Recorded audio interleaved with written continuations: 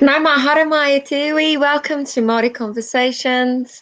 Joining us this evening, of course, is our lovely Auntie Donna Pokere-Phillips, our candidate for Hauraki Waikato. Nau mahara mai, welcome Auntie. It's lovely to see you this evening. Oh, kia ora Tuihana. It's great to be here again. It's awesome. I'm looking forward to speaking to our guests tonight. Yes, I'm looking forward to interviewing them this evening also.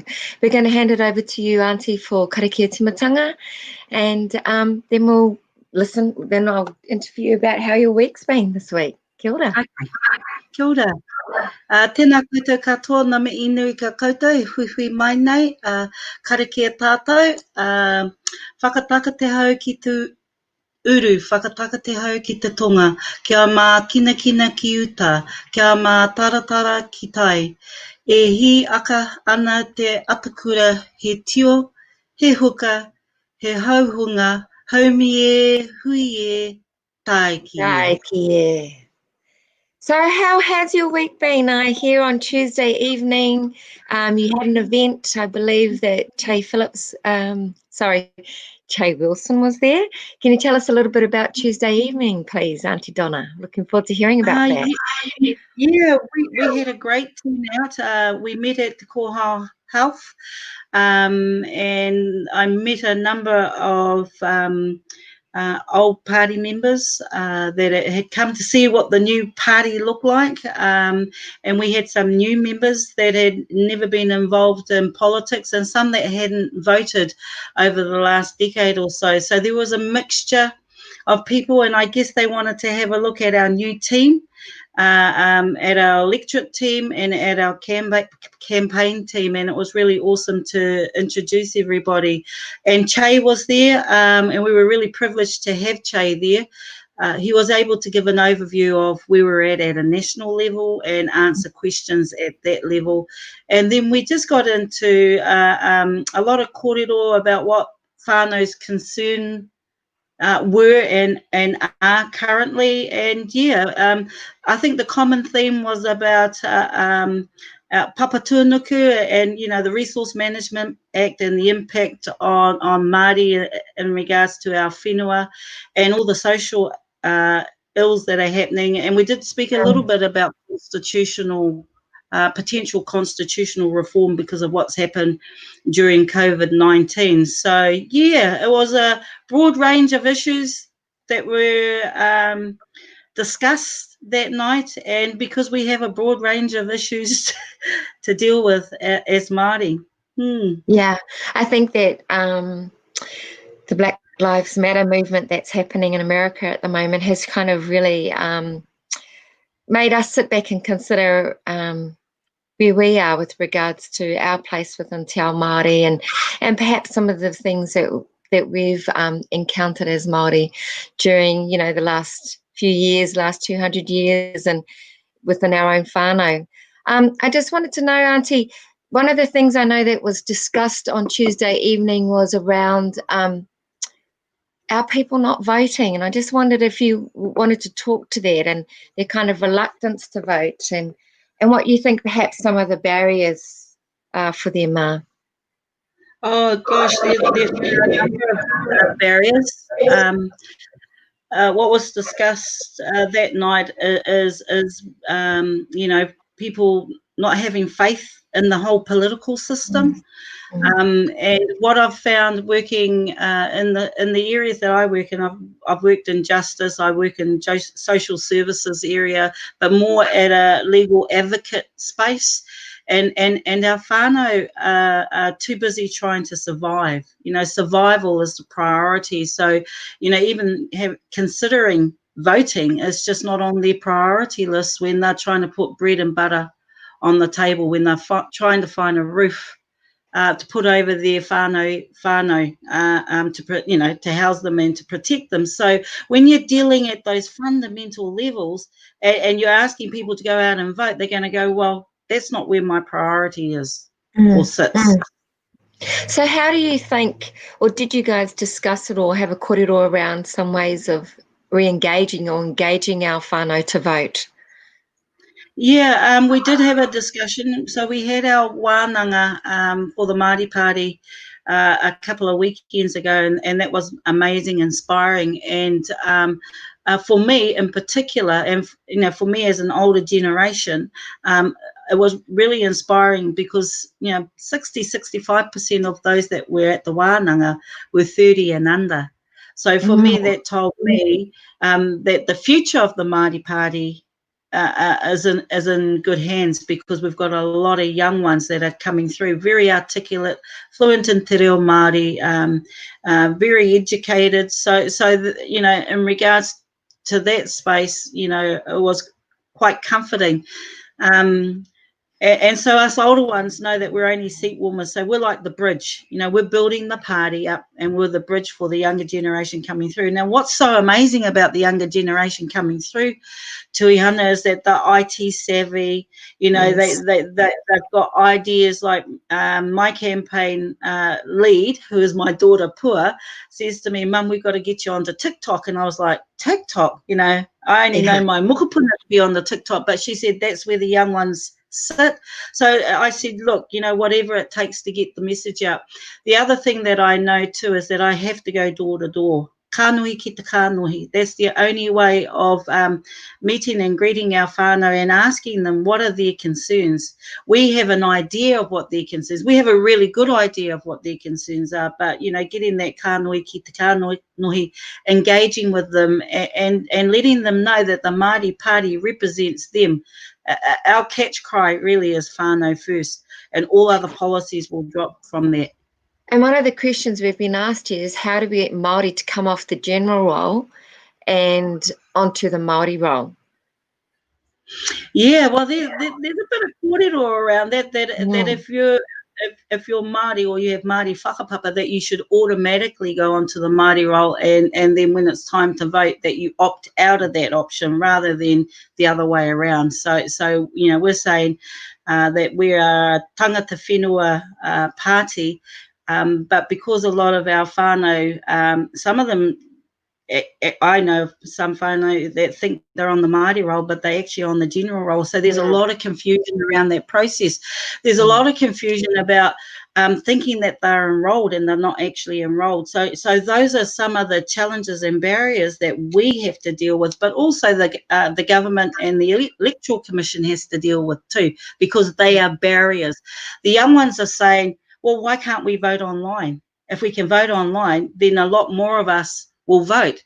Us older ones actually like to go down to the polling booth, have a kōrero with our neighbours or whoever. We enjoy that, but the young ones don't. So there's been no advancement in that area, and we certainly will be pushing, because we know that there are gaps in that process as well. Yeah, I think too that we're all well aware that we've got a massive population that sit under the age of 30. And it's like, I've got a 17-year-old, he's going to be 18 next year, he's going to be eligible to vote.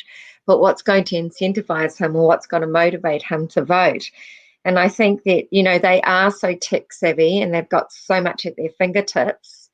How do we kind of shift? Because if we're not providing that service, and that is that a whole group of Māori that aren't getting the opportunity? Well, they are getting the opportunity to vote, but they just want more accessibility, I suppose. Yeah. Oh, sorry, that was a bit of an echo. I'll just turn my speaker down. It's that the one shoe fits all. And we know it doesn't work for our people. So when you have policies that are pushed through Parliament, so you have legislation, then you have the policies that implement those legislations, then you have the judiciary that interpret the legislation. So you've got these three important areas. But when they say one shoe fits all, and we know that we've got a different shoe and we don't quite fit that mainstream shoe, well, then we're not being accommodated for. And I guess that's the reason why we have to have an independent voice, because, a lot of our people that get into politics through mainstream or whatever other party or vehicle they use, they do it for all the right reasons, but we are assimilated into that mainstream process, and what's important is that we pull ourselves out of that process, because when you think about it, we've got a general election, then we've got a Māori election. The Māori constituent seats are a Māori election. They actually, we're not part of that general election unless we put people up in the general seats. I think on Tuesday night, though, I did hear that you had a person who came to you at the end of the evening, and she said, you know, I haven't been interested in voting. I haven't actually voted for, I think it was 12 or 14 years, but listening to you and listening to Che has brought a shift in her mindset and her thinking around voting, and she's actually our next guest. So we would love to, nau mai haramai, we're going to welcome Huia Te Pou to our kōrero this evening. Nau mai haramai and welcome, Huia. How are you? Tēnā rawa tuku, te tuahine, ka te pai. I'm good, thank you. Kia ora. So tell us where you're tell us where you're from, and tell us a little bit about who you are and your background. That'd be lovely.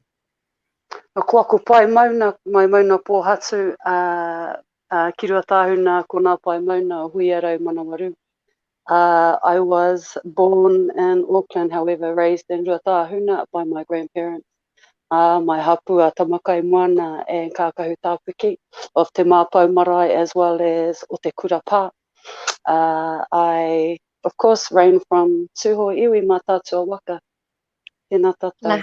Kuia, tēnā koe. It's lovely to have you online with us. And I know you quite well because I've worked with your mother, or I worked with your mother, Loretta Te Pou, who worked for Te Wānau Aotearoa for a number of years at Rahu Pōkeke, and she was a lovely, lovely lady, Huia. So just a mihi to your mother. It's been a few years now, but she was a great lady. She was so much fun.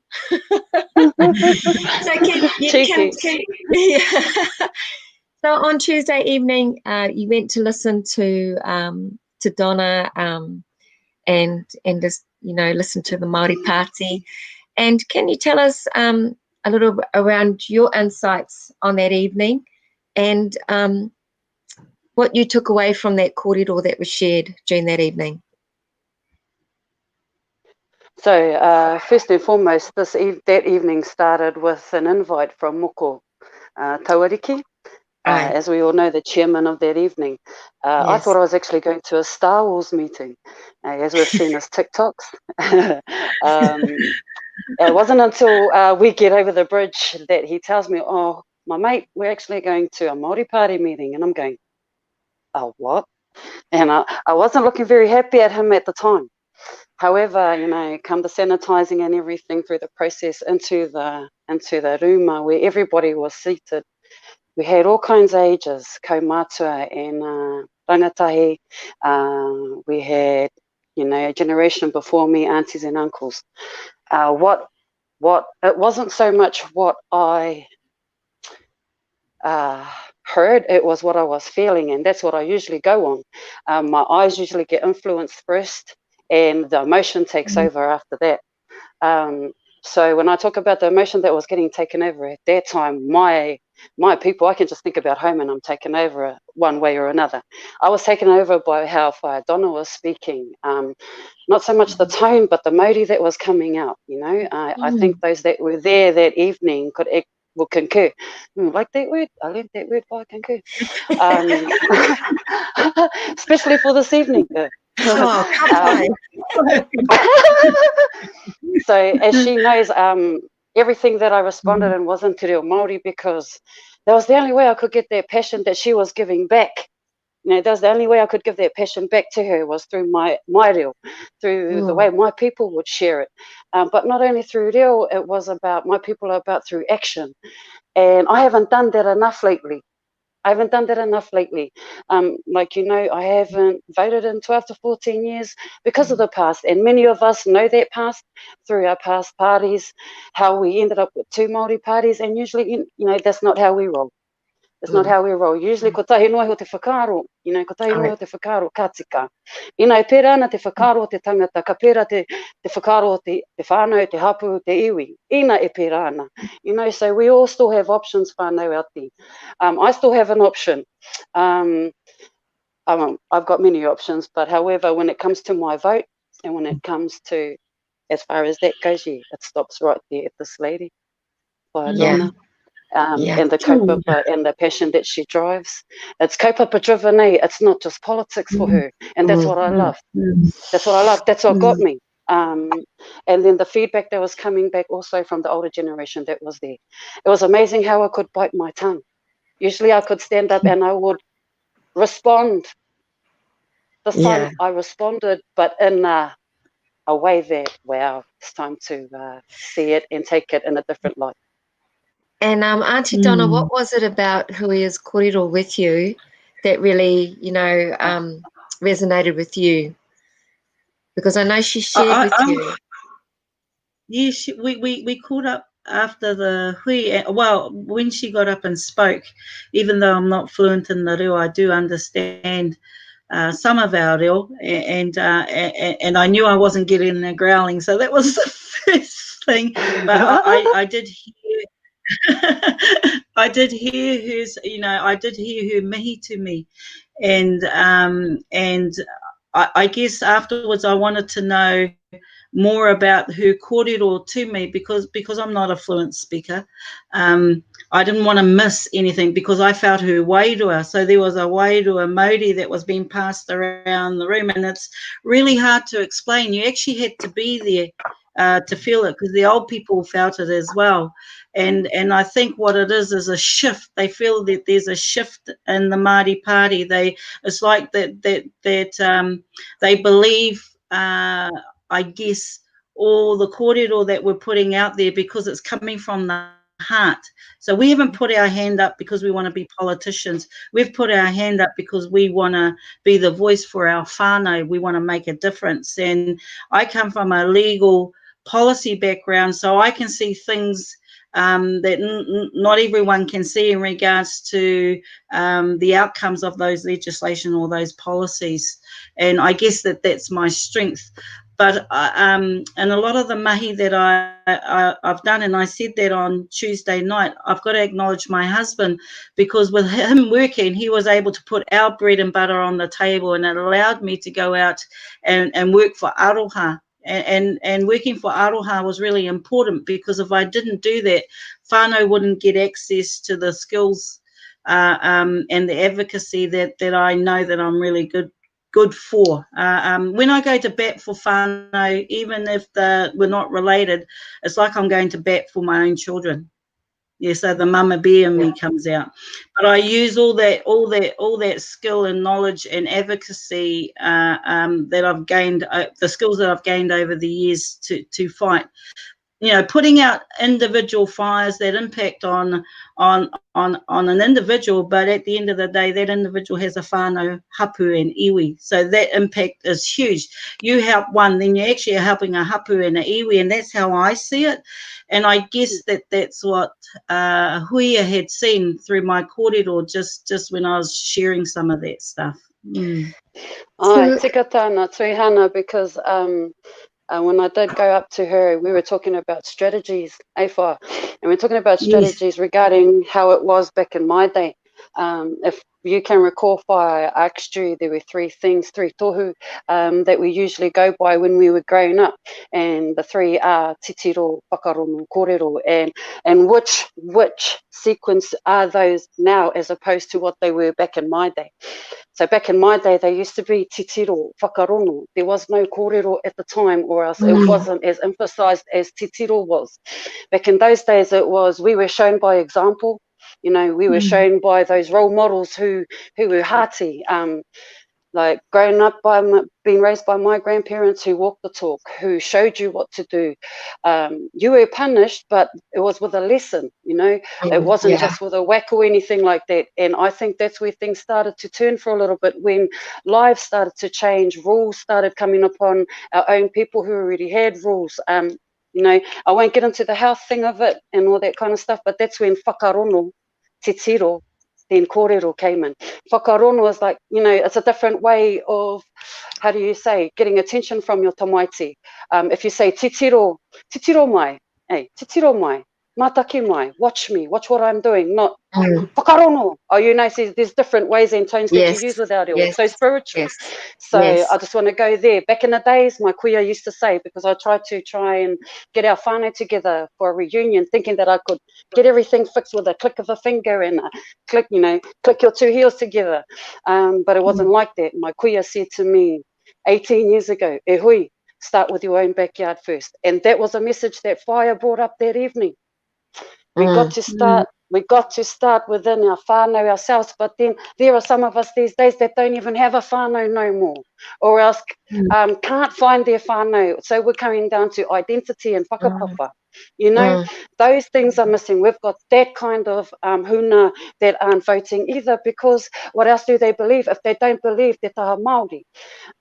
You know, we've got people who are a hoha of history repeating itself. What change can they make if we're still repeating ourselves? Now, Fire's got a solution to that, and these are the things that I've never heard before, because usually I'm watching. Now I got to watch and hear that night, Tuihana, and I'm so appreciative of that because of the move that's made. Sorry. No. I think your kōrero, like, this is the thing, is that I can feel your kōrero. You know, I can feel it and I can hear it. I can hear and feel your kōrero. And I think this is, you know, we're talking about here wairua. And when you talk about that kind of disconnected Māori, you're talking to someone who grew up in Melbourne, Australia. So, you know, to come home and find your whakapapa and discover who you are, and, you know, and discovering that one of your favourite places, well, one of mine now, is to go to the old urupa and all the urupa, because you can do all your whakapapa and you can go right back, and you can take your children who've grown up in Australia, you can bring them home and you can show them. So, you know, and I tend to agree with you. I don't believe in anything negative in this world. I believe in that there's learnings and there's teachings, and obviously that's what Donna, you know, and Che was sharing on Tuesday evening, is that they were sharing their teachings and their learnings. And I mean, it sounds like you've gone from almost not voting to now, oh, look, I just want everyone to know about this. And, you know, and can you tell us, actually just going back to that, can you tell us what was a barrier or barriers for you that you haven't voted over the last 12 to 14 years, Huia? You know, because now I'm assuming that now you're definitely going to vote, you know, that you're definitely going to say. But what was one of those barriers prior to this kōrero that you went to on Tuesday evening? I think coming from Te Ngahere to concrete jungle was an eye-opener. Coming from a caring environment, a self-growing environment, with tikanga, kawa, ture, all that, you know, to a place where I am now confided within 3 fences and a road with a Pākehā street name that I know without a doubt has a Māori meaning, nera.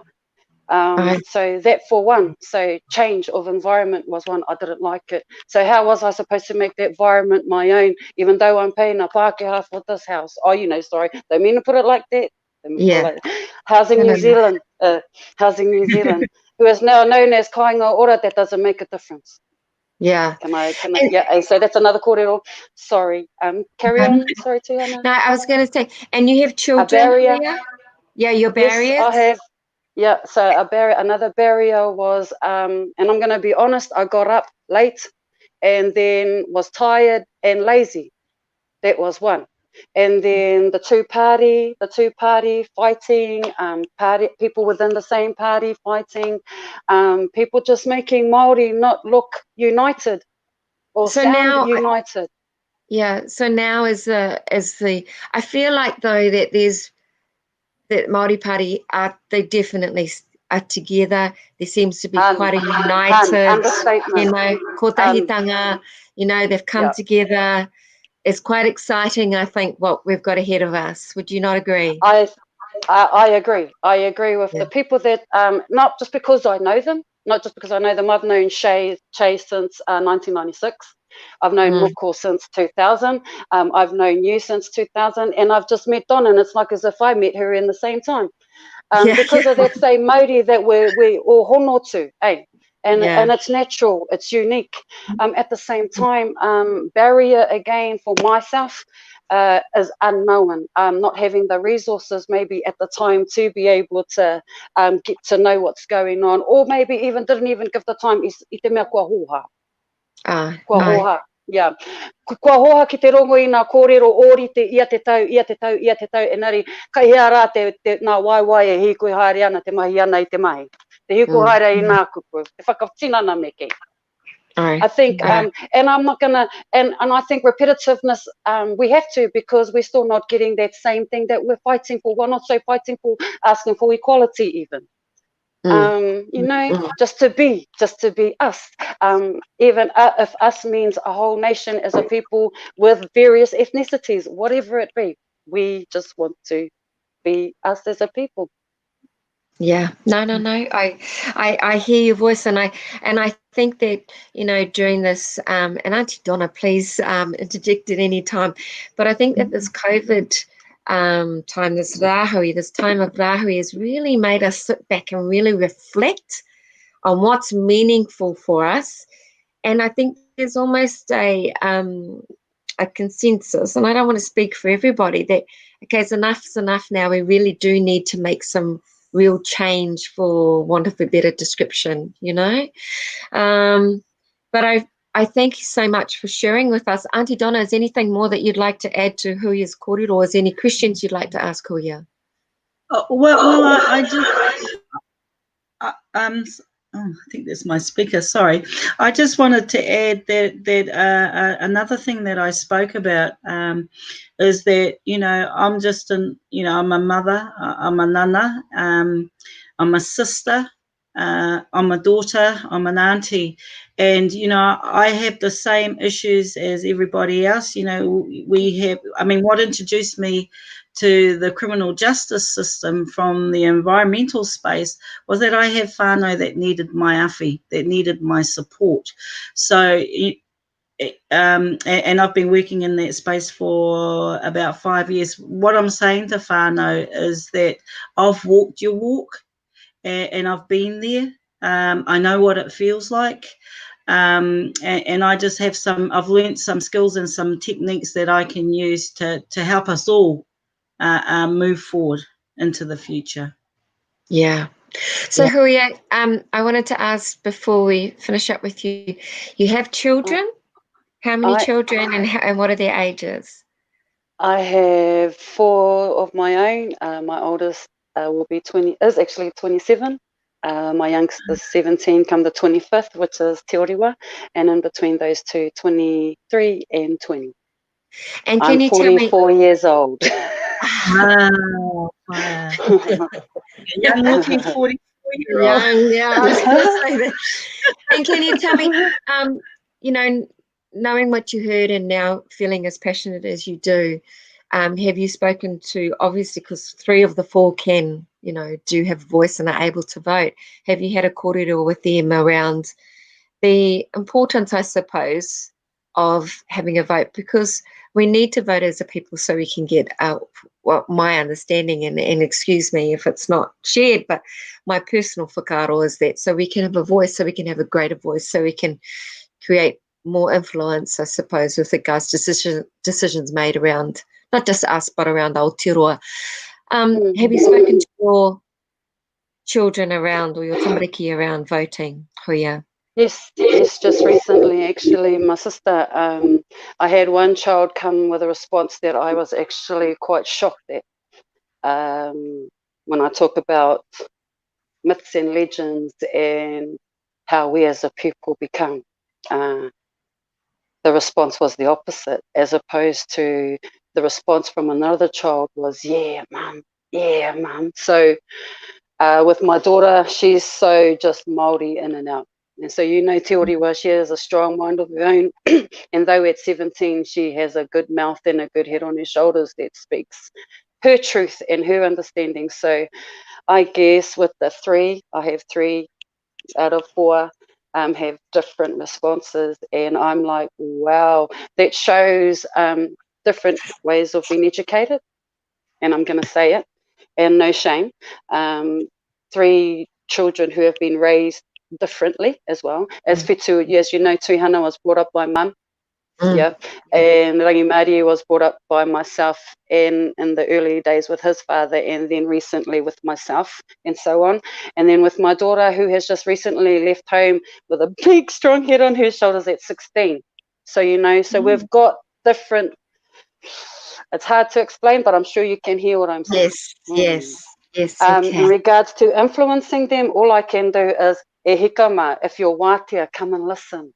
Come and listen, come and see more so. And if you can feel what I'm saying, have a say, whether you're for the Māori Party or not, whether you're for whoever. It's just about having a say and us trying to work it all out together. Be it repetitive, okay, say it again, say it again, say it again. But that's what we're all about. Hey, if we don't repeat ourselves, we're going to lose stuff as well. If we stop fighting, whānau. And we're not fighting, you know. We're fighting. We're fighting. You know. Thank you so much for your kōrero. Thanks so much for sharing with us this evening, Huia. It's lovely to reconnect. I felt like we've reconnected a little bit. And I'm not sure that you know, but Moko Tawariki is actually the godfather to Māori Order 17. I haven't seen that mischief person around for a little while, but great to hear him so involved. Auntie, is there anything we'll bring you back in later on, Huia? But Donna, is there anything you'd like to say to Huia?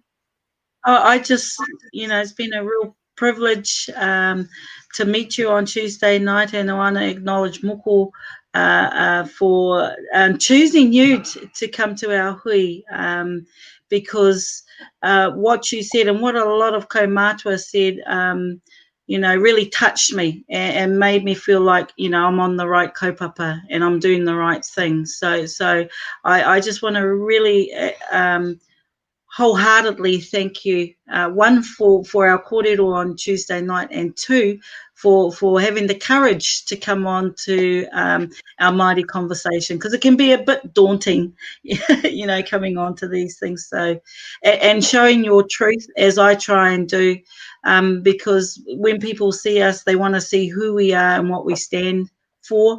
And so I just like to acknowledge you for that, Huia. Kia ora mai koe. Tēnā rawa atu koe whaia mai aku hapu, mai taku iwi nui tonu. Tēnā rawa atu koe. Oh, kia ora Huia. Thank you. Ngā mihi. Oh, that was a lovely kōrero. Auntie Donna, that was a great kōrero. And now it was awesome. And now we've got a very handsome, debonair Māori entrepreneur, Tamainu Huirama, joining us. Nau mahara mai, welcome. Kia ora, Tamainu. Kia ora, kia ora. So tell us a little bit about where you're from, and love to hear from you. Cool. Ka rongia te maunga, wakato te awa, tainui te iwi, tainui te waka, Ngāti Tamainu pō, me Ngāti Mahanga, oku hapu, Wangaro, me Papa Orotu, oku marae. Yeah. Born in Hamilton, but raised through for quite a few places throughout the motu. And children, whānau? Yeah, e whānga tamariki. Oh, lovely, lovely. So I've heard much about you actually from Pua and from Auntie Donna. And can you tell us a little bit about, because I hear you're quite an entrepreneur, and can you tell us a little bit about the mahi that you do and the business that you have? Yeah, so my journey kind of started maybe 10 plus years ago, where I guess like most people do when they try and figure out a career that they want to do, find something that's going to help people. and especially help your whānau and any whānau in general. And I don't know, I kind of fell into the recruitment space, but it was definitely something that I grew really passionate about and really quickly. And then I was fortunate enough to get a position in a recruitment company in the Waikato called Alliance Recruitment. I had a lot of success to them, learned my trade there, and then 6 years ago decided to venture off and create Kiwi Staff, and yeah, the rest has kind of been history.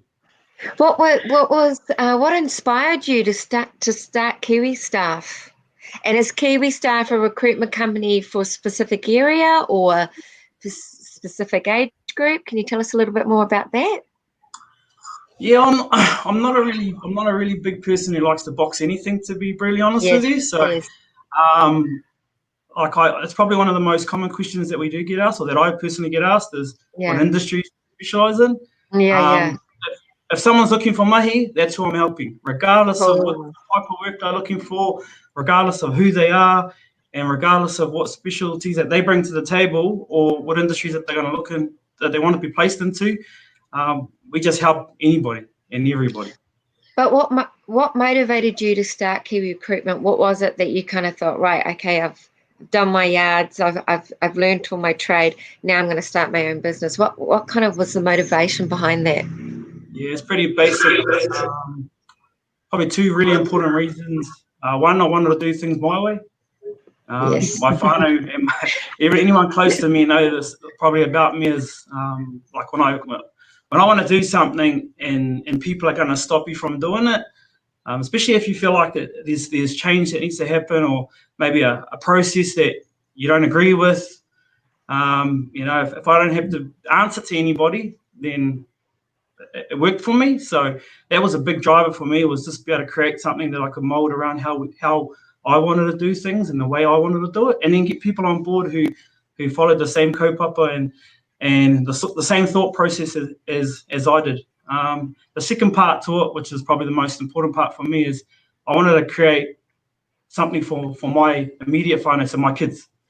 I want something for them so that this can be a family business for generations. So leaving a legacy. Leaving a legacy, absolutely. Leaving a legacy, yeah. And can you, so if you have a young, so there's no, I love that you are not boxed. I don't like to be boxed myself, so I love that you're not boxed. But how do people go about coming to see you? Is it a phone call? Is it an email? And I guess, what is it? The way recruitment works is it gets a little bit frustrating because a lot of people have to apply online for a lot of jobs. So our old school values, we kind of stripped it right back to face-to-face. So we get people in the office, we sit down, we have real conversations, we get to know each other, we build rapport. So the people that we're placing into the workforce, or even the people that we're meeting when they come in and see us, we get to understand their stories and where they've come from. And it makes us have better judgments in the direction that we're going to send them to as well. And I was just thinking, you must have a stream of inspirational people, when they come through and they share their stories with you, then you place them into employment. You must have a stream of success stories. Yeah, I guess you can't. Yeah. So it's so motivating each and every day when we wake up and come to mahi, because we know that someone's come to see you in need of help, and if you can help them. If you can help them reach whatever goal that there is that they want to do, and obviously it's employment because that's why they'll come to see you, the success that they can lead on after that, the ability for them to be able to provide for their whānau, achieve some of the financial goals that they've set out, and anything in general that they want to do in regards to work. Yeah, and Auntie Donna, that's so key, isn't it, with regards to our people and having that comfort in terms of being able to, because I'm thinking, wow, I've got a 17-year-old, as I've mentioned. If he's looking for work, well then, I'd love to be able to send him to Kiwi Staff. But what you're doing, Mainu, I think is really important within this space. Wouldn't you agree, Auntie Donna? Oh, absolutely. for a lot of our whānau too, they love kānohi ki te kānohi. The fact that Tamainu is young, and he's well known within the Waikato, not just through his business but through his sporting attributes as well. So him and his partner have been involved with touch for many years, and he's coached my daughter. So there's a whole fraternity of them. So he's not only showing leadership within our community in regards to his business and as a young Māori entrepreneur, but in regards to what he gives to the community in relation to his to the passion that he has for sports and whānau as a whole. So he's, what he said about kānui ki te kānui and going to work to help people, well, that's who Tamainu is. That's why he gets up in the morning. That's why he enjoys the mahi that he does. And I know it's not easy for him too, because I'm sure there are people that sometimes they have their own barriers and can't get into employment. So we know as Māori that there are barriers to whānau moving into employment. So I'm not too sure, Tamainu, how you deal with some of those barriers. Do you encourage them to go and seek support elsewhere or training elsewhere to just give them more of a chance, I guess, to gain full employment? Yeah, we've got a in-house rule here that when anyone comes in to see us, regardless if we can help them or not, we're going to help them in some way or another. So if we can't put them into employment straight away, then we're going to link them up with somebody else who maybe be able to train or educate or even help them in their personal life to put them in a better situation so that when they come back and revisit us, we're able to help them into employment. We've just got a question here. How would you advise, or what advice would you give to those that are wanting to start their own business? Because as we know, Māori entrepreneurship is quite high, and actually a lot of Māori are starting up their own businesses or have small businesses. So what's your advice with regards to when they're starting up their own businesses? Yeah, I've had a few really close friends come in and visit me probably the last 6 months, and they've had visions of starting their own businesses or going out on their own. To be honest with you, there's no special recipe. Obviously, hard work, and you're gonna get some tears. You're gonna get a little bit of sweat. You're gonna get some late nights. All that common stuff that people talk about. But one thing that I really like to live by is just making sure that you add value for your time. So you don't necessarily have to work 12, 14, 16-hour days to get ahead or get in front of the next person. You just got to make sure that the time that you do use is productive and you're adding value to anything that you do. And I feel like that's something that I've really worked hard on, so that I can still do all the other things in life that motivate me to keep living. Like obviously spending more time with my kids, sports. I love sports. My whānau, my sports, and my business are all aligned together. So that's what keeps me going. That keeps me ticking over each and every day. That's why I absolutely love life, every single moment of it. And I think when you can balance that out, everything else falls into place. I'm a big believer of whatever you throw out there, it comes back to you. So the good vibes or the good deeds that you do for anybody in life, it may not come back tomorrow or next week, but it'll come back, and it normally comes back in tenfold. So I'm a big believer of that. But to answer it really pure and simple, I just think just do it. Don't procrastinate, don't hesitate, just do it. Jump online, register yourself as a business, and it's done. Now you've got to put everything else into place, and that's exactly what I've done. Yes. And I was just going to ask you, during COVID, that would have been an interesting time because everyone had to stop still, and now we've come into a phase where employment is a concern moving forward, or an area it perhaps could be a challenging area moving forward. There's just been some free trades training initiatives that have been put out. What's your thoughts on those? So I haven't read too much into it, but are you talking about the free apprenticeships? Yes, I think Auntie Donna, that's right, isn't it? Yeah. So Labor has packaged a $1.6 billion trades and apprenticeship package. So it creates opportunity for our people who love the trades, actually. I've got a number of whānau who have got their trades. My husband, when I first met him, was doing Māori trade training. Very, very, very successful back in the 70s. So it's really awesome to hear that the Labour Party are putting resources into that, because it's going to help our people. It's going to help our people. In regards to your role, Tamainu, are there a lot of trade people that come through your doors, or do you think that there are a lot more opportunities now with this package that the Labour Party has put forward? Well, I think it seems like it's catered for employers who don't, less risky maybe for them, as they don't have to pay or fork out so much money in order to invest in employees. So that's obviously a benefit, and that's going to help a lot. I'm a huge advocate of training. I still, I don't want to touch upon it politically, but I still think that it's probably not focused in the right areas. There's a lot more work needs to be put probably in ready to work rather than trades training initially, because we kind of find that that's the product that we receive a lot of the time. As people come and see us, they probably haven't had a lot of work around what it takes in order to actually start working. And even being reintegrated back into work.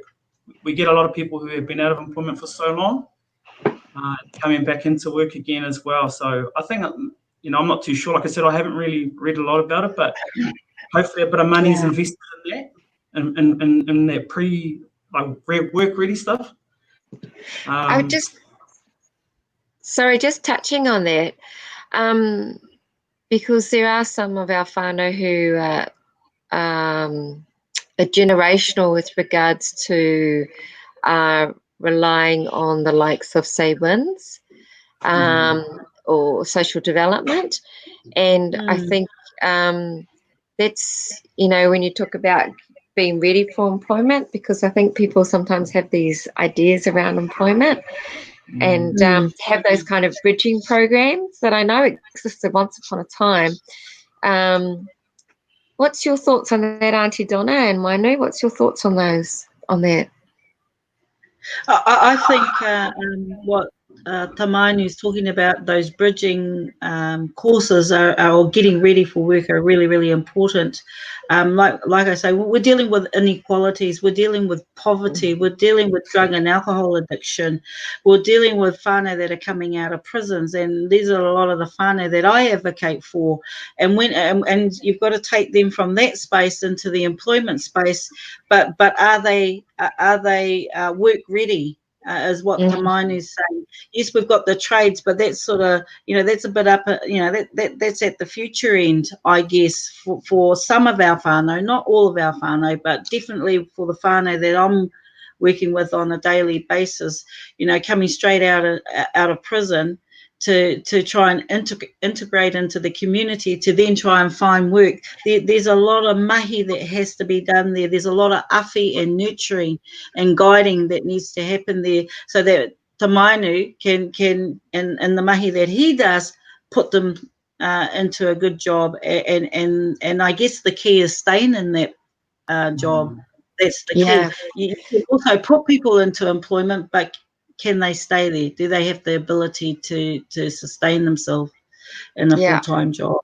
I'm always surprised by the amount of putia that's put towards building prisons, which is actually a reaction, versus where the same investment that's put into proaction, so to speak, that proactivity. And so when we're talking about you know, that bridging, and if we're talking about people coming out of prison in particular, but yeah, it's just that there's so much placed into people who may have, you know, it's a terrible analogy, but fallen off the cliff and wanting to climb back on. You know, where's that money going within the proactive space? Just got a question for you, Mainu, around, does the iwi back your business in any way? So do you gain support from Waikato Tainui in any way with regards to your business? Honestly, I'm glad to say no. I haven't received any. Hold on. No, to be honest with you, no. I'd have to say no. I haven't received any backing from the iwi at all. No. I'd love to collaborate in some way, and be able to be a little bit more iwi focused. I've got a lot of passion for that and a lot of motivation to get into that space and help out the iwi. It has been something that we've discussed in house, but we haven't put anything into practice just yet. But I'd love to get out to the marae. I'd love to do some mobile registrations. I'd love to get out to all the small towns. My hometown, Wharawhara, is a nice little small town out in the smoke, and I'd love to get out to all those little local towns around the Waikato and get in the communities and start to pull out some workers out of there. Yeah, I think, well, it sounds like there's plenty of opportunity. It's really exciting. Auntie Donna, what we might do is we might bring Huia back on now and just have a bit of a kōrero with all four of us. So we just want to welcome back Huia. Thank you, Mainu, for your kōrero. We'll leave you on live so we can all have a conversation. I think this has been an interesting evening with regards to the different perspectives that each of you have brought. Auntie Donna, is anything that you'd like to ask either Huia or Mainu? Yeah, I guess for me, what this does is having this kōrero for me, being the candidate for Hauraki Waikato, it's like hearing from our grassroots what are the concerns, what are the issues, and what are the, you know, what's a way forward for our whānau in the particular space that we're talking about. So I just want to acknowledge Huia and Mainu for their kōrero, because it really helps me as a candidate to I guess understand where our people are at, because you can't be in politics and assume that you know where they're at, because you don't. Even though you've got your own whānau, you've got to get out there and, you know, you've got to actually hear from whānau. And it's awesome to hear from you, Tamainu, to say that, well, actually, yeah, it's all good putting $1.6 billion into the trades, but actually we need a bit of that money to go into work first programs or helping our whānau get into mahi. So that's missing the bus. And I guess, you know, we're saying to the government, you've missed the bus a little bit there, because we need to help whānau that are coming out of prisons, that are dealing with issues like poverty, and all the māwiwi that goes with poverty as well, to get them work ready. So thank you for that, because we can go away and have a kōrero about that. And with you, Huia, you know, in regards to what's important for our whānau and why they might want to vote for Māori Party, again, you know, these are priceless tapu conversations as far as I'm concerned. Kia ora. Kia ora. So thank you to you both. It's been lovely to have you online. It's great to see younger generation and hear about all that you're doing and all the contributions that you're making to not only to your whānau but also to your communities and the influence that you're having. And so we just want to mihi to you both for your contributions, both to your whānau and to the community. And I just have to share with you, Mainu, that we've got whakapapai out to Paporotu, to Ngāti Mahanga and Whatawhata too. So it's a lovely little place. To Huia, we've known each other for quite a number of years. Again, I'd like to mihi to your mother, to your whānau, and it's been lovely having you both on. So kia ora. Auntie Donna, we've got a couple more minutes to go. Is there anything that you'd like to close with before we finish off for the evening. Yeah, I mean, with a lot of the issues that I guess our whānau are dealing with, like they have issues with concerns with trying to put kai on the table, sending their tamariki off to school, trying to put a roof over their head, and what we don't realise as individuals is that the mana behind the vote.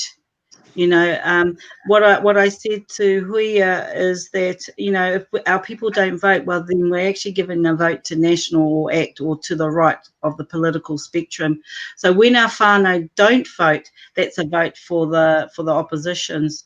What we have to do, our job, is to encourage our whānau to vote. And I'm hoping that Tamainu, that there are whānau within our iwi that are listening to this kōrero, so that hopefully that they can have a kōrero with you and work collaboratively, because at the end of the day, we're all in this waka together and we all should be rowing the waka the same way. And so I hope that you can make connections with the iwi because, we have whānau in common, I guess. And we need to be working together. Thank you, Auntie Donna. And Huia, we're going to ask a little favour of you this evening as we go to close off for the evening, and that is if you could please close us with Karakia. Your reel is so incredibly beautiful that I think it's highly appropriate that we finish off with what to you is your first language and is, of course, our language. So I'm going to hand it over to you, Huia, to close us off for the evening. Kia ora. Tēnā tātou, koia whaia, kua hora kēnā kaupapa, kua whāriki hia, i nei me whakairi hia kēnā pātū o ia o ngā whare e taunei. Ki ia o tātou e mātaki ana, kia pai te pō, kia koe te tunane, kai te kokonara, tēnā rawa atu koe me o kōrero. In a nutshell, tēnā tātou, loves and stay us. Stay us. Tēnā tātou. Kia inoe tātou. E te atua nei rau o pononga e koropiko atu ana kia koe i tēnei wā. I raro i te whakaro kotahi. Ana, ko te tangata tērā, ko wau pononga e ni. Ka mutu, ko te aroha, ko te whakapono, ko te tumanako. Ko ia e taku atua. Nā honore ki runa i a koe, nā ua no tēnei wā i homai, nā au e nei kaupapa i homai. Mā tātou anō e nā e kaupare, mā ua no e arahi i a tātou. I raro i tō ingoa tapu, i raro i tō ringa atawhai. Āmene. Tēnā tātou. Āmene. Kia ora, thank you. And just before we finish, we're going to get a few last little plugs in. Please, if you'd like to volunteer, or if you've got space in your front yard and you'd like a big billboard up there, then please let us know. Contact Pua and she'll respond back to you. Also, we've got Māori Conversations in a minute happening over the next little bit. And we've got, last but not least, Ask the Aunties, featuring the gorgeous Auntie Donna on social media. So we've also got those coming up in the next little bit as well. So kia ora koutou katoa, ngā mihi nui, ngā mihi aroha, ngā mihi mahana. Have a lovely evening. Pō Māori, kia ora. Bye. Māori, kia ora rā. Ko Māori, pai Māori. Ko Māori.